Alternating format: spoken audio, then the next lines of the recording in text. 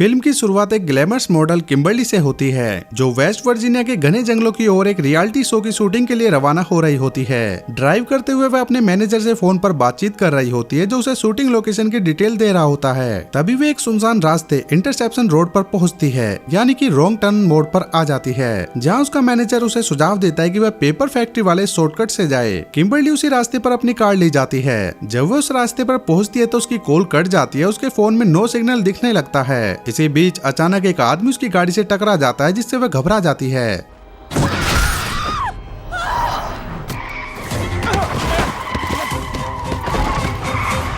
फिर वह कार से उतरकर उस आदमी को देखने जाती है और जाते जाते वह गॉड से यह प्रेयर कर रही होती है कि वह मरा ना हो।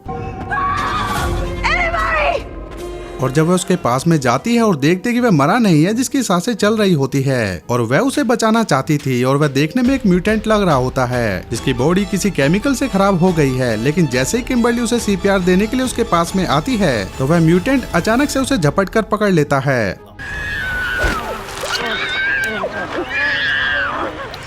और वह किम्बर्ली के लोअर लिप्स पर बुरी तरह काट लेता है, जिससे उसका लोअर लिप्स कट जाता है और वह उसे कच्चा ही चबा जाता है। किम्बर्ली दर्द से तड़प रही होती है और वह उठकर भागने की कोशिश करती है, लेकिन तभी एक और म्यूटेंट उसके सामने आकर खड़ा हो जाता है और उसके बाल पकड़ लेता है। और वह म्यूटेंट थ्री फिंगर था और वह किम्बर्ली को बिल्कुल सीधा खड़ा करके कुल्हाड़ी से उसके 2 टुकड़े कर देता है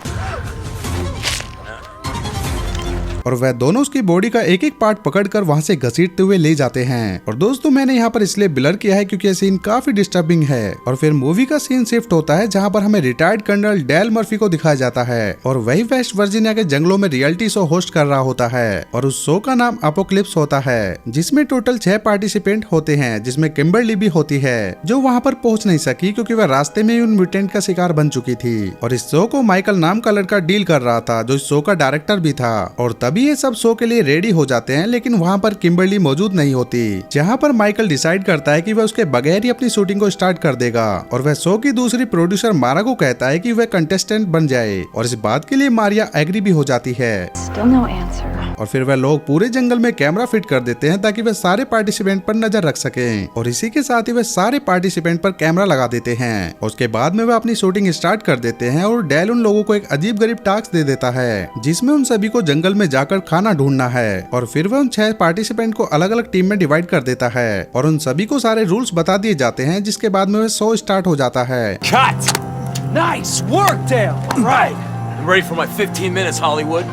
और आर्मी में उन लोगों ने जो कैमरा लगाया था उसकी फुटेज में हम नील को देखते हैं जो उस टाइम टॉयलेट कर रहा होता है। और तभी थ्री फिंगर आकर उसे पीछे से पकड़ लेता है, उसका गला काट कर उसे वहीं पर मार देता है।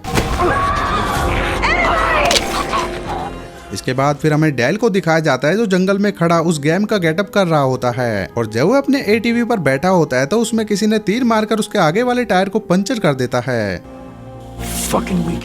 और उसके बाद में उस पर भी कोई तीरों से वार करना शुरू कर देता है, लेकिन वह खुद को बचाकर एक पेड़ के पीछे छुप जाता है।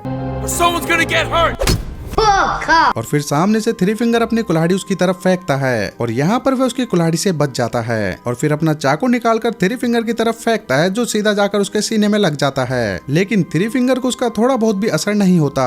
और फिर वह चाकू पर लगे हुए खून को खुद ही चाटने लगता है। और फिर अचानक से एक म्यूटेंट डेल के पीछे से आता है और उसे मार कर बेहोश कर देता है। फिर हम दूसरी तरफ देखते हैं कि माइकल जो टीम ए को शूट कर रहा होता है, जो कि अपने चैनल को फेमस करने के लिए जंगल में सर्वाइव करना और बहुत कुछ दिखाना चाहता था। और जैक उसकी इस बात से मना कर देता है कि मैं ऐसा कुछ भी नहीं करूंगा क्योंकि मेरी फैमिली ने भी यह शो देखना है। और ये सब कहकर वह वहां से चला जाता है, पर अलीना ये चांस गंवाना नहीं चाहती थी और वह तो चाहती थी कि वह इस शो में सबसे ज्यादा नजर आए, इसलिए वह माइकल को लालच देती है। फिर अलीना और मारा को एक टास्क मिलता है और वह टास्क ये है ताकि उन्हें आगे भागकर उस रिवर के पास में जाना है। और वह तेजी से भागकर उस नदी के पास में आ जाती है। और जैसे ही मारा उस टास्क को पूरा करने के लिए आगे बढ़ती है तभी वह अपना टास्क पूरा भी कर लेती है। और जिसके बाद में वह माइकल और अलीना को एक साथ देख लेती है, जिन्हें देखकर वह काफी निराश हो जाती है क्योंकि यह सब कुछ वह माइकल के लिए ही कर रही होती है। और वह काफी दुखी हो जाती है, जिस पर एलिना उसे बहुत कुछ समझाती है। और फिर एलिना और माइकल को जंगल में एक बारबेक्यू नजर आता है और फिर वे समझते हैं कि यही उनका एक टास्क है और वह उसे उठाकर वहां से चले जाते हैं। और फिर हम देखते हैं कि मारा उस जगह को छोड़ना चाहती है और वह चलते चलते घर के सामने आ जाती है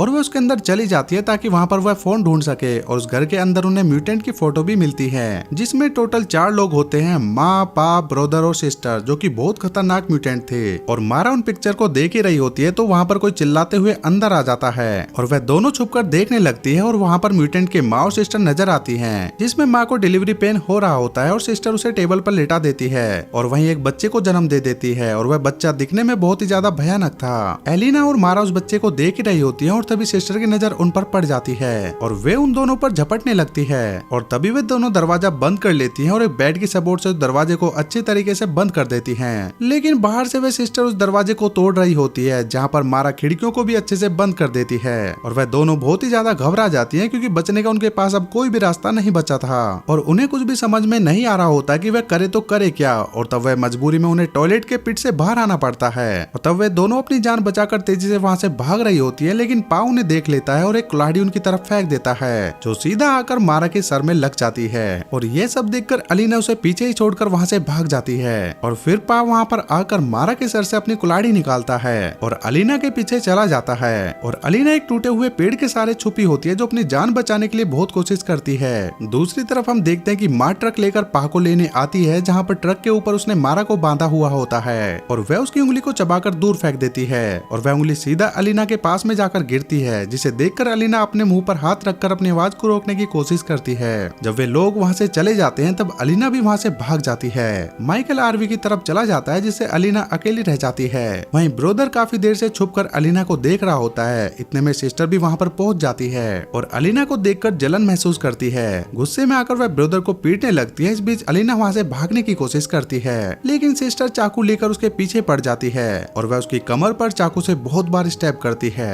और वह उसको इतना घायल कर देती है कि उसकी स्पाइन तक नजर आने लगती है, जहाँ पर वह ऑन द स्पॉट ही मर जाती है। और उधर जब माइकल को होश आता है तो वह देखता है कि किसी ने उसको उल्टा लटकाया हुआ है और थ्री फिंगर उसके सामने खड़ा होता है जो डेल को काट कर डिनर की तैयारी कर रहा होता है। और तभी हम देखते हैं कि पाव और माँ अपना ट्रक लेकर वहाँ पर पहुंच जाते हैं और वह मारा की डेड बॉडी को वहाँ पर रख कर चले जाते हैं और फिर थ्री फिंगर डेल को मारने ही वाला होता है, लेकिन माइकल उसको जख्मी करके खुद को उसके चुंगल से छुड़ा देता है और वह थ्री फिंगर से मुकाबला करता है और बाद में उसकी गन छीनकर उसे गोली से उड़ा देता है। और फिर माइकल आरवी में आता है और तभी वह सारे कैमरास को चेक करने लगता है कि तभी अचानक आरवी अपने आप चलने लगती है, जहाँ पर माइकल को लगता है कि नील उसे चला रहा होगा, लेकिन उसको तो पाव और माँ चला रहे होते हैं और वह माइकल को पकड़ लेते हैं, जहाँ पर पाव से मार मार कर जख्मी कर देता है। दूसरी तरफ हम देखते हैं कि जैक, जॉन्सी, अम्बेर बड़े मजे से बारबेक्यू एंजॉय कर रहे होते हैं, जहाँ पर अलीना बहुत ज्यादा घबराई हुई होती है और वह गिरते पड़ते उन लोगों के पास में पहुंच जाती है और वह सब कुछ उन लोगों को बता देती है और वह उन लोगों से कहते हैं कि अब हमें यहाँ पर 1 मिनट भी नहीं रुकना चाहिए, हमें यहाँ से चले जाना चाहिए। जॉन्सी समझता है कि यह भी शो में एक्टिंग का एक पार्ट है और अलीना एक्टिंग ही कर रही है। और फिर एम्बर की नजर उस बारबेक्यू पर पड़ती है जिसे वह खा रहे होते हैं, जिसके ऊपर किम्बरली का टैटू बना हुआ होता है और यहाँ पर वह समझ जाते हैं कि वह किम्बरली की टांग खा रहे होते हैं और ये सब कुछ देखकर वह वहाँ से भागने लगते हैं और अपनी आरवी की तरफ आते हैं तो उन्हें वहाँ पर कुछ भी नजर नहीं आता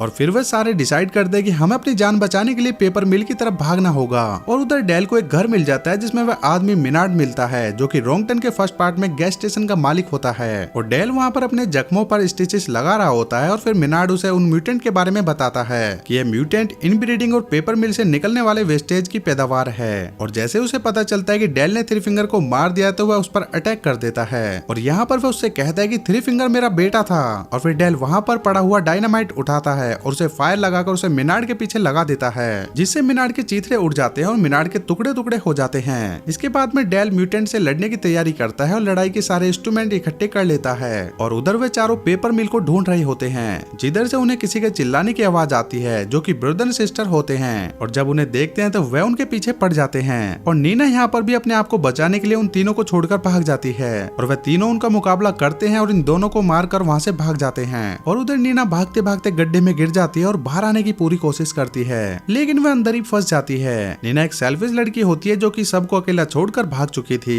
लेकिन फिर भी जैक उसे ढूंढने का फैसला करता है और वह एम्बर और जॉन्सी को कहता है कि तुम पेपर मिल की तरफ चले जाओ, वहीं पर हम सब मिलेंगे। और खुद नीना को ढूंढने के लिए निकल जाता है और जब वे नीना की आवाज को सुनते हुए उसे गड्ढे से निकाल रहा होता है और गड्ढे से निकालते वक्त उसका शोल्डर फ्रैक्चर हो जाता है और फिर वहाँ पर उन्हें एक ट्रक की आवाज सुनाई देती है, जिसे सुनकर वह वहाँ से भाग खड़े होते हैं और भागते भागते हुए ऐसी जगह पर पहुंच जाते हैं जहाँ पर जंगल का आखिरी किनारा होता है और उससे आगे सिर्फ नदी होती है। और इनके पीछे सिस्टर भी वहाँ पर पहुंच जाती है और इनके ऊपर गोलियां चलाना शुरू कर देती है और इन दोनों के पास बचने का और कोई भी रास्ता नहीं होता और वह नदी में कूद जाते हैं। और उधर एम्बर और जॉन्सी भाग रहे होते हैं और भागते भागते भागते वे एक ट्रैप में फंस जाते हैं। एम्बर उसे बचा रही होती है और वह खुद भी उस ट्रैप में फंस जाती है और इतनी देर में वहाँ पर पा और ब्रदर भी पहुंच जाते हैं और उन लोगों पर वह निशाना बनाए रहे होते हैं, लेकिन वह ब्रदर को मौका देता है, जहाँ पर ब्रदर एक ही तीर से उन पर वार करके उन्हें मार देता है। Amber, I'm scared.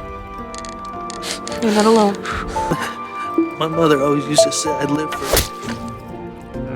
और उधर नीना और जैक बड़ी मुश्किल से पेपर मिल की तरफ पहुंच जाते हैं और उसके अंदर उन्हें एक स्केलेटन मिलता है जो कि किसी छोटे बच्चे का होता है। नीना उसे देखकर बहुत ज्यादा डर जाती है और वह सोचती है कि शायद वह बच्ची भी म्यूटेंट से बचने के लिए यहाँ पर छुपी होगी और इंतजार करते करते वहीं पर मर गई होगी। और तभी नीना वहाँ से भागने लगती है, लेकिन जैक उसे पकड़ लेता है और वह कहता है कि जोन्सी और एम्बर यहाँ पर आने वाले हैं, हमें उनका वेट करना चाहिए। और वहाँ पर वह देखते हैं कि विक्टिम्स की बहुत सारी गाड़ियाँ खड़ी होती है और वहाँ पर एक आरवी भी खड़ी होती है जिसमें माइकल की आवाज आ रही होती है और दोनों उसे बचाने के लिए आगे बढ़ते हैं। जब जैक अंदर देखता है तो उसे स्क्रीन पर माइकल लाइव दिखाई देता है, जिसे माँ बड़ी बेरहमी से मार देती है, जिसे देखकर जैक समझ जाता है कि यह उनके लिए बिछाया गया एक जाल है। लेकिन तब तक टाइम निकल चुका था और वह उन दोनों को पकड़ भी लेते हैं। और अब नीना होश में आती है तो वह देखते हैं कि किसी ने उसे डाइनिंग टेबल के सामने बांधा हुआ है और जैक को उसके सामने लटकाया हुआ है। और तब उस फैमिली का डिनर का टाइम होता है, जहाँ पर वह सभी डिनर करने से पहले प्रेयर करते हैं और ब्रदर जबरदस्ती नीना के मुंह में खाना डालता है और यहाँ पर हमें पता चलता है कि वह फैक्ट्री उनका असली घर है। और फिर हम देखते हैं कि माँ बचे हुए बॉडी के पार्ट्स को ग्राइंडर मशीन में फेंक देती है, जहाँ पर डेल उसे छुपकर देख रहा होता है और डेल फिर बाहर आ जाता है, जिससे उसकी चलने की आवाजें आने लगती है और उन सबको पता चल जाता है और वे चारों आवाज सुनते उसको ढूंढना शुरू कर देते हैं। जहाँ पर डेल ब्रदर एंड सिस्टर को अपने जाल में फंसाता है, जहाँ पर वह अपने हाथ को काट कर थोड़ा सा खून टपका कर एक जगह पर छोड़ जाता है, जहाँ पर खून को देखकर ब्रदर एंड सिस्टर उसके पीछे आती है और मौका मिलते डेल ब्रदर की कमर पर डायनामाइट लगा देता है, जहाँ पर वह अपनी मौत को देखकर इधर उधर कूदने लगता है।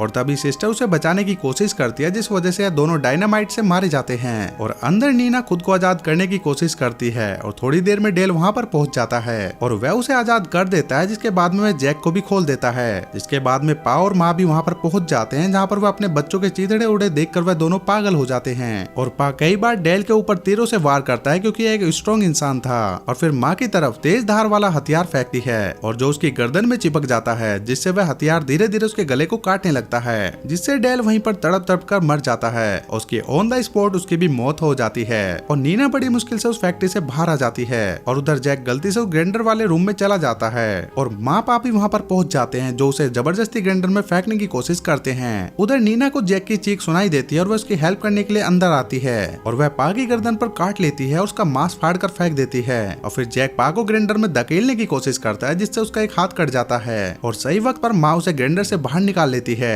और इतनी देर में नीना एक लीवर खींच देती है, जिससे एक लकड़ी का टुकड़ा सीधे जाकर उनसे टकरा जाता है और जिससे वे सीधे ग्राइंडर में जाकर गिरते हैं और जिससे उनका कीमा भी बन जाता है। इसके बाद जैक और नीना एक कार में बैठकर वहां से चले जाते हैं। और दोस्तों आखिरी सीन में हमें दिखाया जाता है कि थ्री फिंगर अभी भी मरा नहीं होता, बल्कि जिंदा होता है। वह अपने म्यूटेंट बच्चे को मारा की उंगली से खिला रहा होता है। इसी के साथ ये फिल्म यहीं पर खत्म हो जाती है। दोस्तों पहले पार्ट में दिखाया गया था कि गैस स्टेशन का मालिक जो बूढ़ा आदमी था वह इन सबका पिता था, और इस दूसरे पार्ट में दिखाया गया कि ये लोग कैसे लोगों को शिकार बनाते हैं। अंत में डेल ने उनके पिता, भाई और बहन को मार दिया था और इस मूवी में भी थ्री फिंगर जिंदा बच जाता है। तो दोस्तों अगर आपको इस मूवी की एक्सप्लेनेशन पसंद आई तो वीडियो को लाइक करना और चैनल को सब्सक्राइब करते जाना। बाकी मिलते हैं इसके थर्ड पार्ट में, तब तक के लिए till then take care, bye bye, love you.